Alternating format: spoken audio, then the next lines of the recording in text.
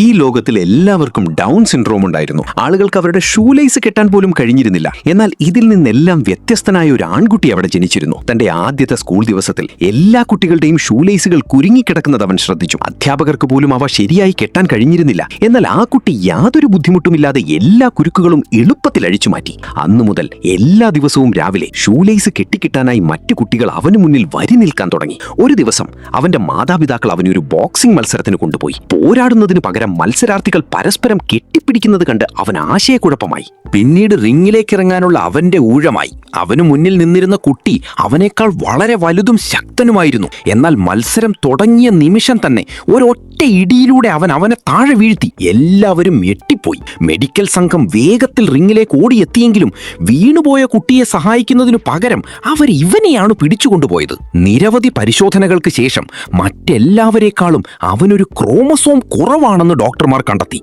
കാണാതായ ആ ക്രോമസോമിനായി ആളുകൾ എല്ലായിടത്തും തിരഞ്ഞു. അവന്റെ പോക്കറ്റുകൾ, മുറി, എന്തിനാ വീട് മുഴുവൻ അവർ അരിച്ചു പെറുക്കി. പക്ഷെ അവർക്കത് ഒരിക്കലും കണ്ടെത്താനായില്ല. വർഷങ്ങൾ കടന്നുപോയി. ആ കുട്ടി വളർന്നു വലുതായി.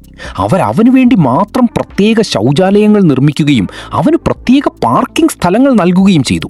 അവനെ സംബന്ധിച്ചിടത്തോളം ഇതെല്ലാം വളരെ വിചിത്രമായി തോന്നി. അതിനാൽ മറ്റെല്ലാവരെയും പോലെ ആകാൻ വേണ്ടി ഒരു ശസ്ത്രക്രിയയ്ക്ക് വിധേയനാകാൻ അവൻ തീരുമാനിച്ചു. എന്നാൽ ആശുപത്രിയിൽ വെച്ച് തന്റെ തൊട്ടടുത്ത കിടക്കയിൽ കിടക്കുന്ന ഒരു പെൺകുട്ടിയെ അവൻ കണ്ടു. അവളും സ്വന്തമായി ഷൂലേസ് കെട്ടിയിരുന്നു. അവനെ അത്ഭുതപ്പെടുത്തിക്കൊണ്ട് അവൾക്കും ഡൗൺ സിൻഡ്രോം ഉണ്ടായിരുന്നില്ല. തന്റെ ജീവിതത്തിൽ ആദ്യമായി താൻ ഒറ്റയ്ക്കല്ലെന്ന് അവന് തോന്നി. ശേഷം അവളോടൊപ്പം അവൻ സന്തോഷമായി ജീവിച്ചു.